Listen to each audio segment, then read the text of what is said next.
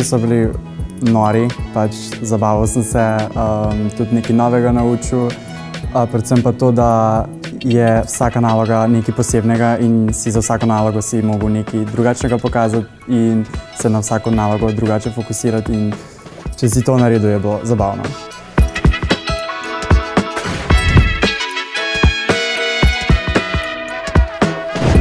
Nisem ciljala na finale, pač rekla sem, grem uživati, grem pač nekaj narediti, kar bom lahko naredila.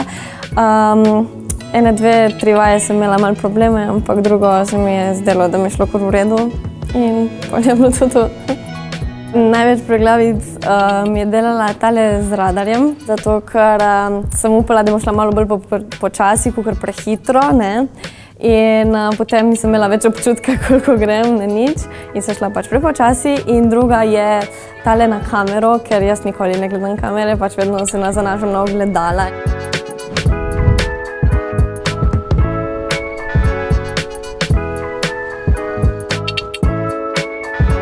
Najbolj se mi je vtisnilo v spomin po mojem kar tale Ranger izziv, ki je bil off-road. Je bil najbolj zabaven, najbolj razbrljiv, veliko lukenj, veliko se je dogajalo. Prva pomoč mi je šla zelo super.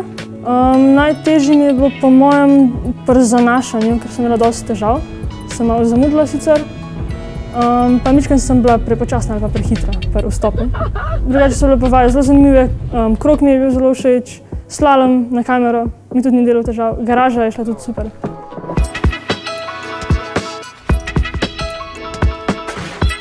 Pri vsaki postaji moraš pokazati dejansko neko svoje znanje, nekaj, da vidiš to, da se dejansko izkazuješ, ampak recimo, če bi mogel pa izpostaviti, kam je bilo najbolj težko, je bilo pa mogoče res v resnici tisto rikverc na kamero, pa brez ogledal.